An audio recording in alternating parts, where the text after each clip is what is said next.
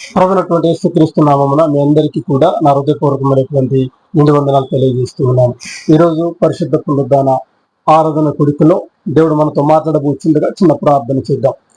సర్వోన్నతుడ సర్వాధికారి మిక్కిలిగా మమ్మల్ని ప్రేమిస్తూ ఉన్న మా ప్రియ పరలోకపు తండ్రి, నీకు వందనాలు. అయ్యా దినమునైనా వాక్యం ద్వారా మీరు మా అందరితో మాట్లాడి మీరే కృప చూపమని, అయ్యా మీ నామ మహిమార్థమై తండ్రి, అయ్యా ఈ వాక్యమంతులను తోడుగా ఉండమని యేసు నామమున ప్రార్థన చేస్తున్నాను తండ్రి. ఆమేన్, ఆమేన్, ఆమేన్.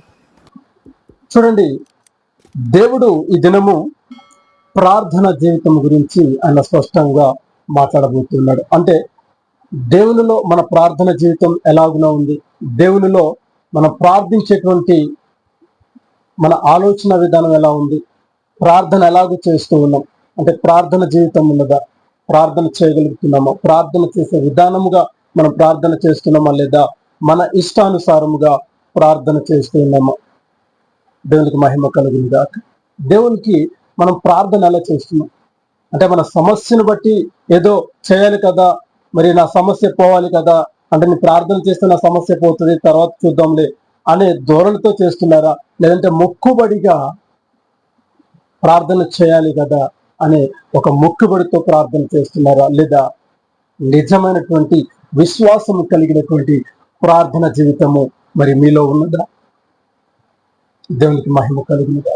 చూడండి, ఈ రోజులో చాలా మంది అవసరాన్ని బట్టి ప్రార్థన చేస్తున్న వారు ఎక్కువగా ఉన్నారు. అంటే అవసరం తీరాలి, తర్వాత సంగతి తర్వాత.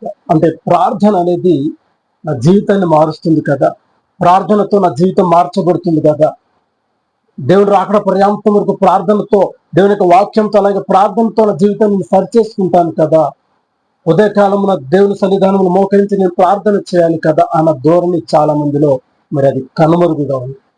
అయితే దేవుడు చెప్తున్నాడు, ప్రార్థన జీవితం చాలా ప్రాముఖ్యమైనటువంటిది. అయితే మనం ప్రార్థన చేసే విధానం కూడా దేవుడు చూస్తూ ఉన్నాడు. అంటే నువ్వు పక్షాత్తాప మనసుతో ప్రార్థన చేస్తున్నావా, మొక్కుబడిగా ప్రార్థన చేస్తున్నావా, ఏదో చేయాలి కదా అని ఏదో మోకరించి 4 మాటలు ప్రార్థనలో పలికి ఆమెను వెళ్ళిపోతున్నావు. నీ ప్రార్థన జీవితం ఎలా ఉంది, నీ ప్రార్థన విధానం ఎలా ఉంది. ఈ రోజు మనం బైబిల్ లేఖనాలు చూసినట్టయితే ఒక కుష్టి రోగిని మనము చూడవచ్చు. మార్కు సువార్త 1వ అధ్యాయము 40వ వచనంలో అక్కడ రాయబడి ఉంటుంది, ఒక కుష్టి రోగి ఆయన ఎదుకు వచ్చి ఆయన ఎదుట మోకాల్లోని నీకిష్టమైతే నన్ను శుద్ధినిగా చేయగలవని ఆయనతో చెప్పి ఆయనను వేడుకున్నాడు. ఎవరంటండి, ఒక కుష్టి రోగి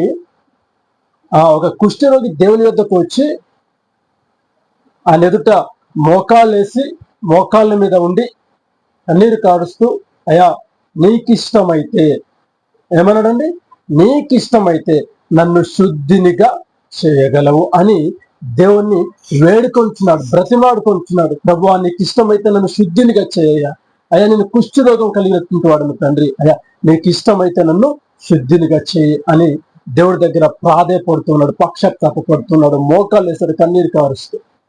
దేవునికి మహిమ కలుగునుగా. చూడండి, అతని ప్రార్థన విశ్వాసాన్ని చూడండి, అతని ప్రార్థన జీవితాన్ని చూడండి. ఆయన అంటున్నాడు, ప్రభువా ఇక నేను నీ దగ్గర చేరి ఉన్నాను కదా, నన్ను ముట్టి స్వస్థపరచు, నువ్వు నన్ను ముట్టి వెంటనే ఇప్పుడే స్వస్థపరచు అని అనట్లా. నీకు ఇష్టమైతే ప్రభువా, నీకు ఇష్టమైతే నన్ను శుద్ధీకరించుదా, నన్ను స్వస్థపరచుదా, అది నీకు ఇష్టమైతే, నీ ఆలోచనలో ఉంటే, ఇది నీ చిత్తమైతే నన్ను ముట్టి శుద్ధినిగా చేయను అని దేవుడి దగ్గర ప్రాధేయపడుతున్నా. మరి నీ ప్రార్థన ఎలా ఉంది? హల్లెలూయా. చాలా మంది వారి అవసరాల కొరకు, వారి అవసరాలు తీర్చబడటం కొరకు వారు ప్రార్థన చేయరు, కానీ వాళ్ళ కొరకు ఎవరు చేయాలంట? సేవకులు ప్రార్థన చేయాలి. అది ఎలాగంటే ఉపవాసముతో ఉండి ప్రార్థన చేయాలి. అన్న మీరు ఉపవాసం ఉండి మా కొరకు ప్రార్థన చేయండి అన్న, ఇదిగో మా సమస్య ఇది. అంతేకాని వీళ్ళు మాత్రం ప్రార్థన చేయరు, ఉపవాసాలు ఉండరు. కానీ దేవుడు కోరుకుంటున్నది కాదండి. సేవకుడు మన కొరకు ప్రార్థన చేస్తాడు, కానీ నీ వ్యక్తిగత ప్రార్థన చాలా చాలా ప్రాముఖ్యమైనది. అయితే నువ్వు మోకరించి కన్నీళ్లు కార్చి నువ్వు ప్రార్థన చేయగలుగుతున్నావు, నువ్వు గోజాడగలుగుతున్నావా దేవునితో? హల్లెలూయా. నీ సమస్య కొరకు ప్రార్థన ద్వారా నువ్వు పోరాటగలుగుతున్నావా దేవుని వద్ద? ప్రభువా నేను పాపిని ఒప్పుకోగలుగుతున్నావా? తండ్రి నేను పాపం చేశాను ఒప్పుకోగలుగుతున్నావా? నువ్వు కన్నీరు కారుస్తున్నావు. హల్లెలూయా. మొక్కబడిగా కాకుండా ఒక బాధ్యతగా, ఒక విశ్వాసం కలిగినటువంటి వ్యక్తిగా నువ్వు దేవుని పాదాల చెంత నువ్వు నిలబడి మోకరించి ప్రార్థన చేయగలుగుతున్నావు. నీ ప్రార్థన జీవితం ఎలా ఉంది? అక్కడ కుష్ఠరోగి అంటున్నాడు, అయ్యా నీకు ఇష్టమైతే నన్ను శుద్ధినిగా చేయి ప్రభువా. హల్లెలూయా. అదే దేవుడు మనకు కనపడాడు అనుకోండి, మనము ఏదో ఒక సమస్యతో ఉన్నాం, మన దేవుడు మనకు కనపడాడు అనుకోండి, మనం ఆయన వెళ్ళిపెడతామా? అస్సలు ఈ రోజు నా సమస్య తీరంది, మీరు వెళ్ళకూడదు, మీరు వెళ్ళిపోకూడదు, మీరు వెళితే ఇక నేను ఇక్కడి నుంచి మళ్ళీ నిన్ను నమ్ముకొని నేను మందిరానికి వెళ్ళను అని ఇలాగను మనం మాట్లాడగలిగే స్వభావం మనుషులు. అయితే ఆనాడు ఆ వ్యక్తి అన్నాడు, మోకాళ్ళ నుంచి కన్నీరు కారుస్తూ, ప్రభువా నీ చిత్తం అయితే, నీకు ఇష్టమైతే నన్ను ముట్టి శుద్ధినిగా చేయవా అని ప్రభువారిని వేడుకున్నట్టుగా బైబిల్ లేఖనాల్లో చూస్తూ ఉన్నాం. అయితే దేవుడు అంటాడు, ఆయన ఎడల కనికరపడి చేయి చాపి వానిని ముట్టి నాకు ఇష్టమే, నీవు శుద్ధుడివి కమ్మని దేవుడు అంటాడు. హల్లెలూయా. ఎందుకు దేవుడు వెంటనే అతను స్వస్థపరిచాడంటే, అతను అడుగుతున్నాడు కదా, నీకు ఇష్టమైతే నేను శుద్ధినిగా చేయవా ప్రభు అని పక్షపాత మనసుతో, కనికరము కలిగినటువంటి మనసుతో ఆ కుష్ఠరోగి దేవుని ఎదుట మోకరించి అలాగున ప్రార్థన చేస్తా ఉన్నాడు. ప్రియ సహోదరి సహోదరుడా, మన ప్రార్థన జీవితం ఎలా ఉండాలంటే, దేవుడు మన మీద కనికరపడే విధముగా మన ప్రార్థన జీవితం ఉండాలి. హల్లెలూయా.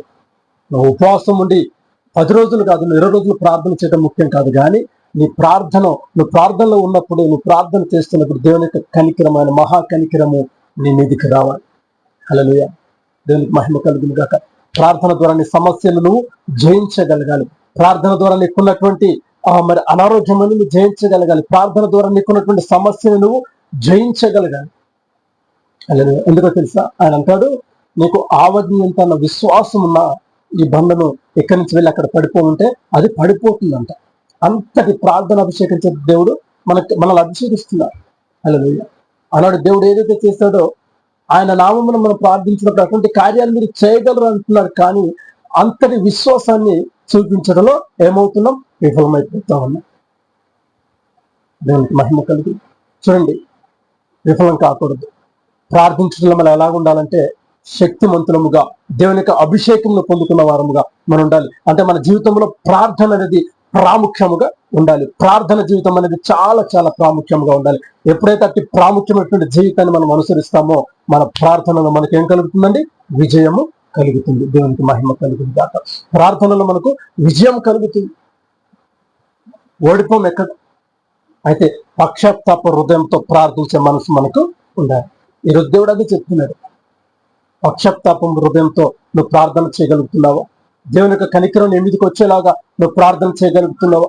నలుగురు మెచ్చేలాగా కాకుండా నలుగురు కొరకు నువ్వు ప్రార్థన చేయగలుగుతున్నావా? ఏదో సంఘంలో నలుగురు చూడాలని ప్రార్థన చేస్తున్నావా? లేదంటే సంఘం కొరకు కన్నీరు కారుస్తున్నావా? దేవునికి మహిమ కలుగు. నశించిపోతున్న ఆత్మల కొరకు ప్రార్థన చేసే భారము ప్రతి ఒక్కరి మీద ఉన్నది. నువ్వు చేయగలుగుతున్నావు అంటే, అన్న ఈ రోజున నా గురించి నేను చేసుకోవడానికి నాకు సమయం లేదు, ఇంకా నలుగురు కొరకు నేను ఎలాగూ చేయగలను అని నువ్వు అనుకుంటున్నావేమో. దేవుడు చెప్తున్నాడు, ఇతరుల క్షేమం కొరకు నువ్వు ప్రార్థన చేయగలిగితే, కన్నీరుడ్చిన ప్రార్థన చేయగలిగితే దేవుడు నిన్ను, నీ కుటుంబాన్ని ఆయన ఏం చేస్తాడు? క్షేమముగా ఉంచుతాడు. అయితే ప్రార్థన జీవితం అనేది మనకు చాలా చాలా ప్రాముఖ్యం.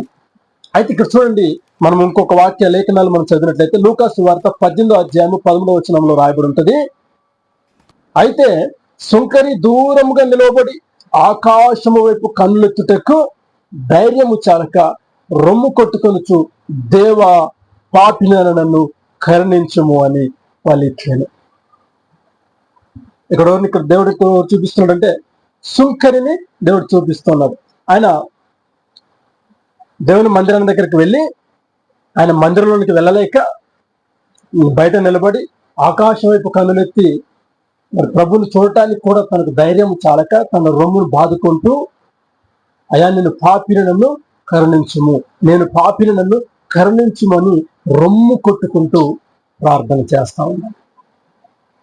హల్లెలూయా, హల్లెలూయా. దేవునికి మహిమ కలిగింది.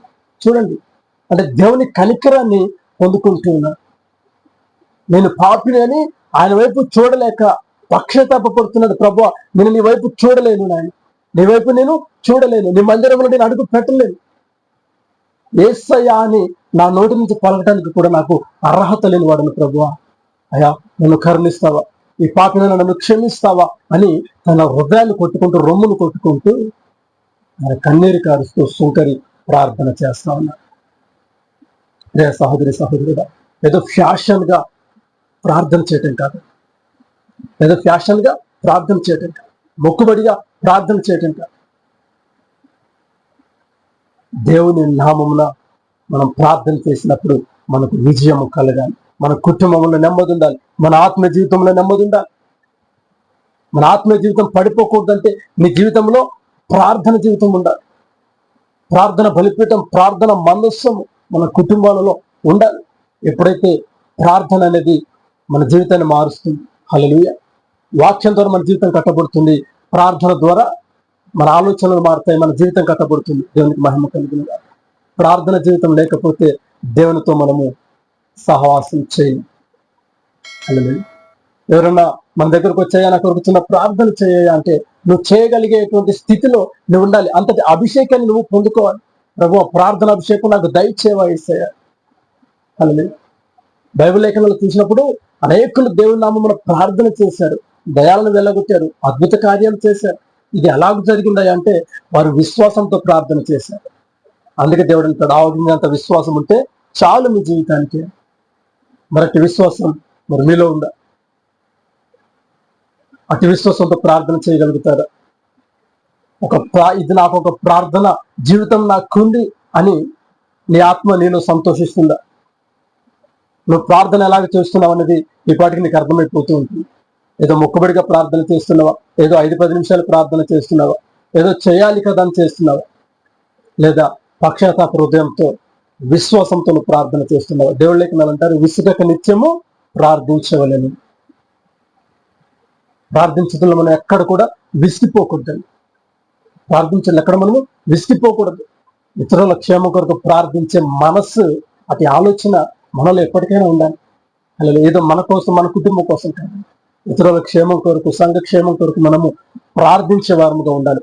ఎప్పుడైతే అలాగే మన జీవితాలు మార్చబడతాయో, ప్రార్థన జీవితాలుగా మన జీవితాలు మార్చబడతాయో, విశ్వాసంతో ప్రార్థించగలిగే జీవితముగా మన జీవితాలు మార్చబడతాయో, అప్పుడు దేవుని యొక్క మహాకనికరము మన మీద ఉంటుంది. మన జీవితాలు ఆయనలో ఉంటాయి. ఆయన మనల్ని తన మార్గంలో నడిపిస్తాడు, తన రాజ్యానికి మనల్ని చేర్చుకుంటాడు. దేవునికి మహిమ కలుగును గాక. ఇచ్చిన మాటలు దేవుడు మీ హృదయాంతరంగంలో స్థిరపరచును గాక. ఆమేన్. ప్రార్థన చేద్దాం. సర్వోన్నతుడా, సర్వాధికారి, సత్యవంతుడా, నీకు వందనాలు. నా కాపరి, నా యజమానుడా, నీకు స్తోత్రాలు తండ్రి. అయా దినము మీరు మాతో మాట్లాడిన ప్రతి మాటను బట్టి నీకు వందనాలు. అయా ప్రార్థన జీవితము అయా మాలో ఉండేలాగిన, ప్రార్థన జీవితాన్ని మేము సరి చేసుకునేలాగిన తండ్రి, అయా మా జీవితంలో సరి చేసుకుని ప్రార్థన అభిషేకం పొందుకున్న బిడ్డలముగా మీకు సహాయం దయచేయండి. దీని మీ మాటలు ఎంతమంది బిడ్డలైతే ఉన్నారో అయా నీకు వందనాలు.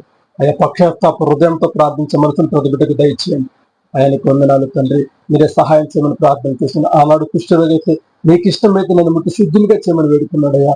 ఆనాడు శుంకరైతే ప్రభా నేను పాపిని తండ్రి, నీ వైపు చూచడం కూడా నాకు ధైర్యం లేదయ్యా, నేను పాపిని ఎదుర్రొమ్ము కొట్టుకుని ప్రభా పక్షాతాప హృదయంతో ప్రార్థించాడు అయా. ఒక విశ్వాసంతో ప్రార్థించే మనసును ప్రతి బిడ్డకు అనుగ్రహించి మనం ప్రార్థన చేస్తున్నాం. ఈ మాటలున్న ప్రతి బిడ్డ జీవితంలో ఈ వాక్యమును నీరుకట్టి మీరు ఫలింపించారు. విన్న ప్రతి బిడ్డకు నాతోనైనా వారి జీవితాలను తండ్రి ప్రార్థన పరులుగా, ప్రార్థన జీవితాలుగా వారి జీవితాలు మార్చబొట్టుకు మీరే సహాయం చేయండి. ప్రతి బిడ్డ ఒక ప్రార్థన పరుడుగా, ప్రార్థన పుర్రాలుగా మార్చబొట్టుకు ఆయన మీరే సహాయం చేయండి. యేసు నామమున ప్రార్థన చేస్తున్నాను తండ్రి.